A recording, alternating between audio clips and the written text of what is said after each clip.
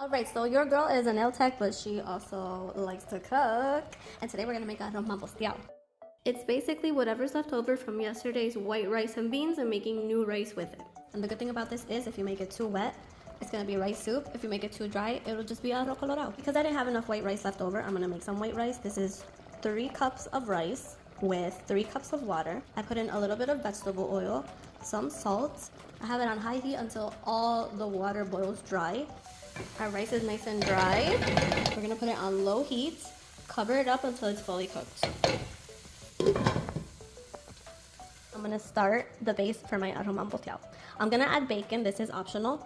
You don't have to add bacon if you don't want to. And I like this crispy, so I'm just gonna let it crisp up. Once that bacon is nice and crispy, I'm gonna add some sofrito. Sofrito to taste, guys. I love sofrito, so I just put in about, that's like 2 or 3 tablespoons. I'm also gonna add some garlic paste with cilantro. Add whatever was left over from our beans. Because I made those beans for another meal, they had potatoes in them, so I'm just gonna fish out any potato that was left over. I wish you guys were here to smell this. It smells so delicious. So we're gonna let this come to a boil before we add our rice.